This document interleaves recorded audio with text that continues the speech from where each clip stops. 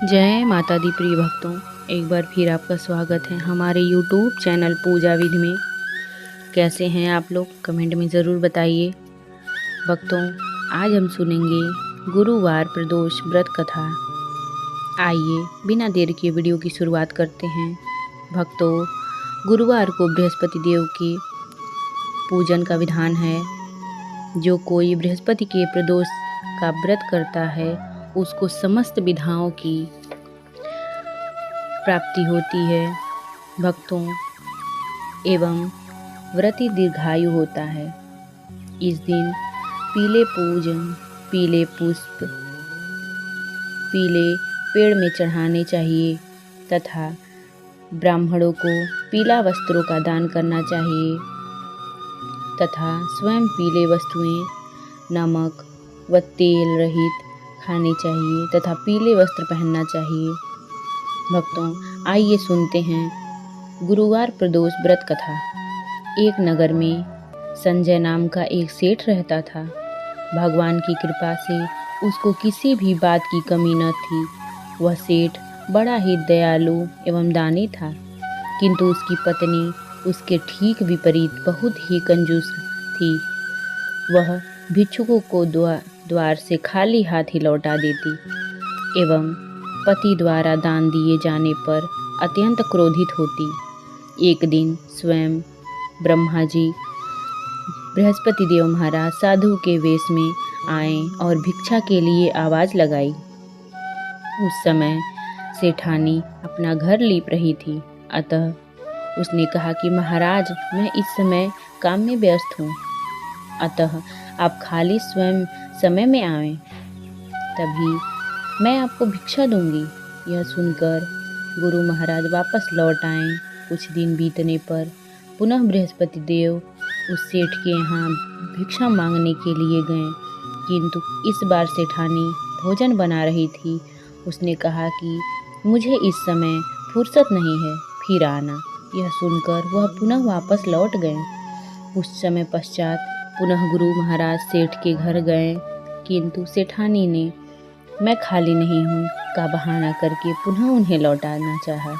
साधु महाराज बोले, इस प्रकार तो तुम्हें दान एवं भिक्षा देने के लिए कभी समय नहीं मिलेगा, अतः तुम एकदम खाली हो जाओ। बृहस्पतिवार को कुछ दिन चढ़ जाने के बाद सोकर उठो तथा घर में झाड़ू लगाकर कूड़े को बीच आंगन में रख दो, चौका न लगाओ और भोजन चूल्हे के पीछे रख दो। घर में कोई भी पीली वस्तु न खाएं तथा पीले वस्त्र न पहनो। घर के लोग बृहस्पति को बाल अवश्य बनवावें तथा जब अधिक रात हो जाए तब दीपक जलाना। इस प्रकार तुम शीघ्र ही खाली हो जाओगी। ऐसा कहकर साधु रूपी बृहस्पति देव भगवान वहाँ से थोड़ी दूर चलकर अंतर्ध्यान हो गए। सेठानी ने भी साधु द्वारा बताए हुए कथन के अनुसार अपने कार्य करने प्रारंभ कर दिए, जिससे कुछ दिनों में सब धन का नाश हो गया और वह भोजन तक को तरसने लगी। किंतु अब सेठानी को पूर्ण अवकाश था। कुछ दिन बीतने पर बृहस्पति महाराज पुनः उस सेठानी के घर भिक्षा के वास्ते गए। सेठानी साधु को पहचान कर बोली, इस समय मेरे पास कुछ नहीं है, मैं आपको क्या दे सकती हूँ।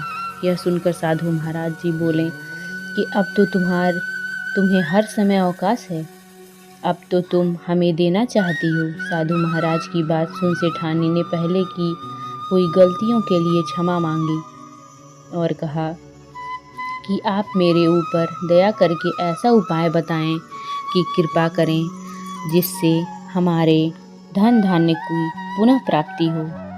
अब मैं कभी किसी को खाली हाथ नहीं लौटने दूंगी और आप जिस प्रकार से कहेंगे और आपका कहना मानूंगी। सेठानी के इस प्रकार के विनय को सुनकर साधु महाराज ने कहा, अब तुम अपने नियमों में परिवर्तन करो और प्रातःकाल जल्दी सोकर उठो, घर को गाय के गोबर से लीपो, शाम को सूर्यास्त के बाद ही समय पर दीपक जलाओ, भिक्षुओं एवं महात्माओं को खाली हाथ न लौटाओ। बृहस्पति के दिन घर वालों को हजामत करवाने से रोको पीले वस्त्र धारण करो तथा बृहस्पति के दिन पीली वस्तुओं का उद्यापन करो। ऐसा करने से निश्चय ही तुम्हारे मनोरथ पूर्ण होंगे। इतना कहकर बृहस्पति देव अंतर्ध्यान हो गए। जिस प्रकार साधु महाराज विधि बताकर गए, सेठानी ने उसी प्रकार से कार्य किए, जिसके प्रभाव से उनका घर पहले से भी अधिक हरा भरा हो गया, धन धान्य से परिपूर्ण हो गया। जो कोई भी निर्णय पूर्वक भगवान विष्णुदेव का व्रत करता है और इस पवित्र कथा को सुनता है, ईश्वर की कृपा से उसे सुख और समृद्धि की प्राप्ति होती है।